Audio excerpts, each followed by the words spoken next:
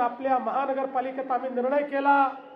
केंद्र सरकार, राज्य सरकार सगळ्यांनी मदत केली आणि आपण निर्णय केला 24/7 पिण्याच्या पाण्याची योजना आपण सुरू केली। जवळपास 75% योजनेचं काम झालंय। अजून 25% काम झाल्यानंतर पुण्याच्या सगळ्या भागांमध्ये आपण समान पाणी पुरवठा देणार आहोत। कुठल्याही भागामध्ये पाण्याची कमतरता असणार नाही। आणि हे सगळं करत असताना आज पुण्यामध्ये 40% पाण्याची गळती आहे, ती 40%वरनं 10%वर आपण आणणार आहोत। त्याचा फायदा काय आहे?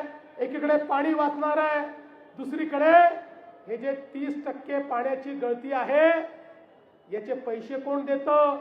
याचे पैसे नागरिकच देतात। म्हणजे जे पाणी तुम्हाला वापरायलाही मिळत नाही त्याही पाण्याचे पैसे हे तुम्हाला द्यावे लागत होते, आता ते द्यावे लागणार नाहीत। अशा पद्धतीने पुण्यामध्ये जवळपास 3000 कोटी रुपयाचं काम आपण या 24/7 योजनेच्या माध्यमातून केलं। आपल्याला माहिती आहे जायका सारखा प्रकल्प की ज्या प्रकल्पाच्या माध्यमातून आमची नदी ही त्या ठिकाणी सुधारणार आहे। माननीय मोदीजींच्या नेतृत्वात मी मुख्यमंत्री होतो, आमचे जावडेकर साहेब त्यावेळी पर्यावरण मंत्री होते आणि जवळपास 2000 कोटी रुपये हे जायकाच्या माध्यमातून आपल्याला मिळाले आणि एक मोठं कार्य हे त्याचं देखील या ठिकाणी चाललेलं आहे।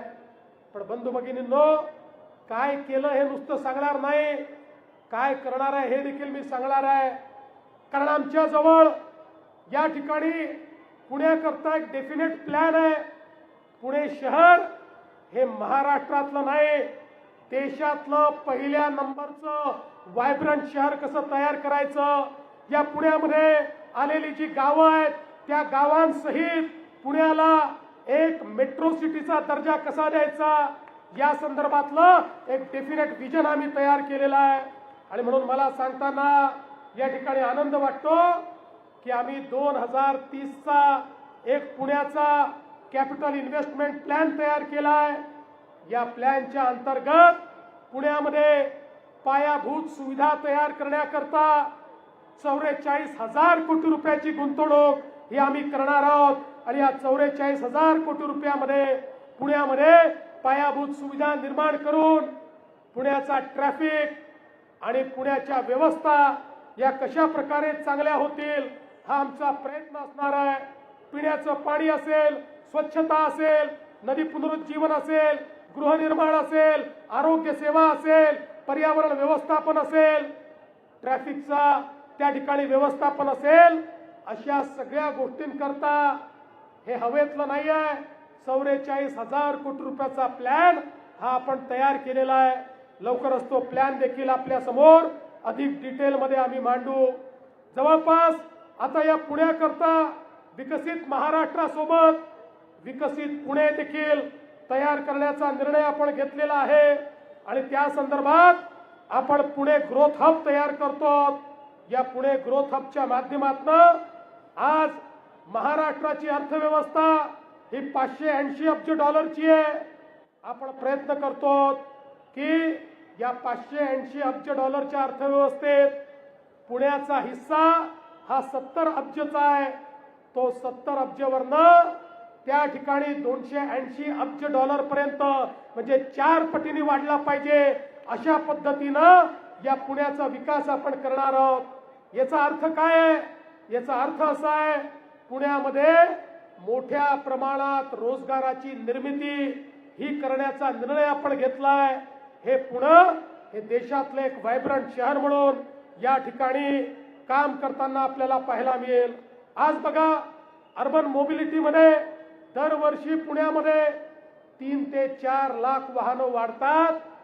पुण्यामध्ये आपला ट्रॅफिक हा कासवाच्या गतीनं त्या ठिकाणी पुढे जातो आणि म्हणून आपण प्रयत्न सुरू केला या ट्रॅफिकचं नियोजन करण्याच्या संदर्भात।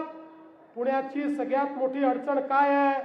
एकूणच जर पुण्याचा विचार आपण केला तर देशामध्ये सर्वात कमी रस्ते हे पुण्यामध्ये आहेत। एकूण पुण्याचं त्या ठिकाणी जर रस्त्याचा हिस्सा बघितला तर केवळ 9% रस्ते आहेत पुण्यामध्ये।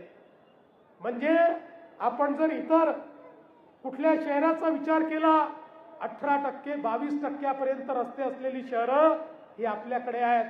पण आपल्या देशातलं प्रमुख शहर असलेलं पुणे हे अशा प्रकारे त्याचं नियोजन केलं. आता कोणी केलं हे मी सांगणार नाही, मला त्याच्यात जायचं नाही, मी राजकारणात पडत नाही. पण ज्या कोणी नियोजन केलं असेल, पुण्यामध्ये केवळ 9% हे रस्ते या ठिकाणी आहेत. आणि म्हणून आता या रस्त्यांच्या भरोशावर जो काही ट्रॅफिक आपण करतोय, जवळपास 32 रस्ते पुण्यातले असे आहेत की ज्याच्यावर पुण्याचा 80% ट्रॅफिक चालतो.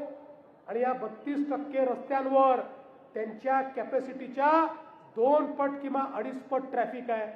त्यामुळे कदाचित महाराष्ट्रामध्ये पीक अवरला सगळ्यात कमी वाहनांची गती या पुण्यामध्येच आहे.